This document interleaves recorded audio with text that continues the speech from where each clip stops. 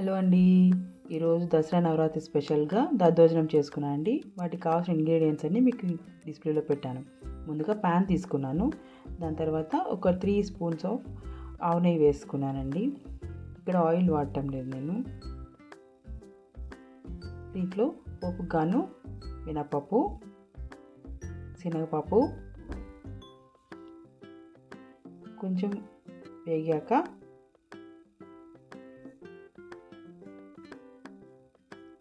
ఆవాలు, జీలకర్ర,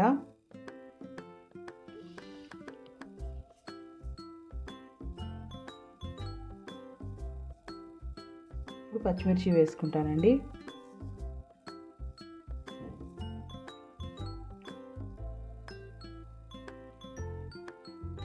తర్వాత ఎండుమిరపకాయలు వేసుకున్నాను, ఒక 4-5 పీసెస్లా చేసి పెట్టుకున్నాను ముందు అన్నీను. పచ్చిమిరకాయలు ఎండుమిరకాయలన్నీ బాగా వేగినాక ఇప్పుడు మిరియాల పొడి వేసుకుంటానండి. మిరియాల పొడి దంచి పెట్టుకున్నాను ముందుగానే. అల్లం వేసుకున్నాను.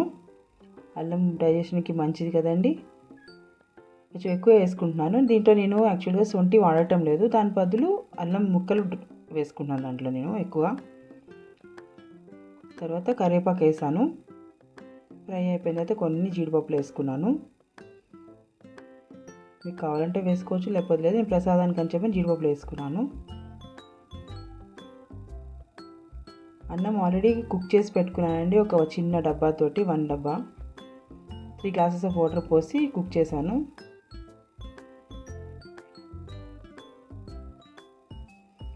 కొంచెం ఫ్రై అయిపోయిన తర్వాత ఇంగువ వేసుకున్నాను. ఇంగువ వేసుకుంటే బాగుంటుందండి ఇంట్లో.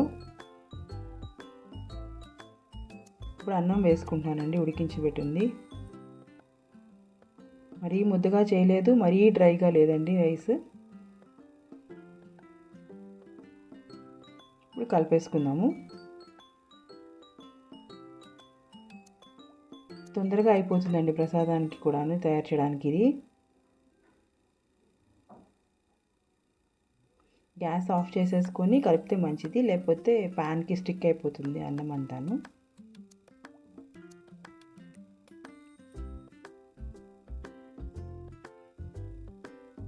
వేసుకున్న తర్వాత ఇప్పుడు సాల్ట్ వేసుకుందామండి.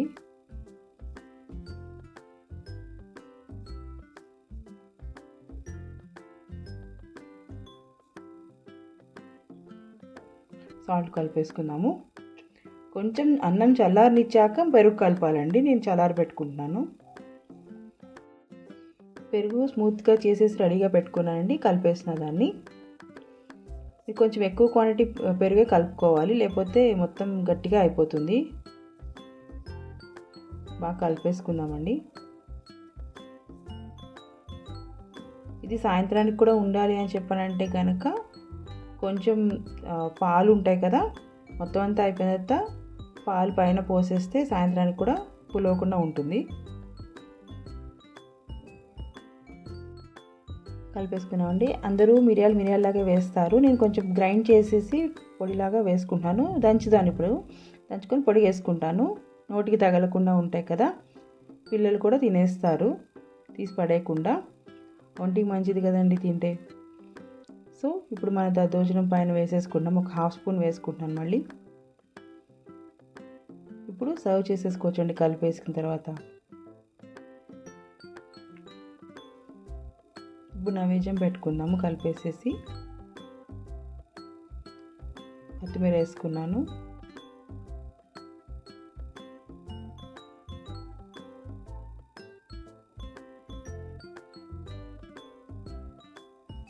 ఇప్పుడు అమ్మవారి నైవేద్యాన్ని తీసేసుకుంటానండి.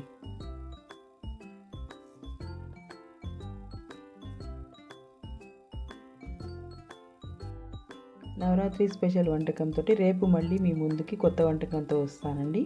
అప్పటి వరకు సెలవు. ఇది నేను దేవుడికి నైవేద్యం పెట్టుకోవడానికి వెళ్తున్నానండి. బాయ్.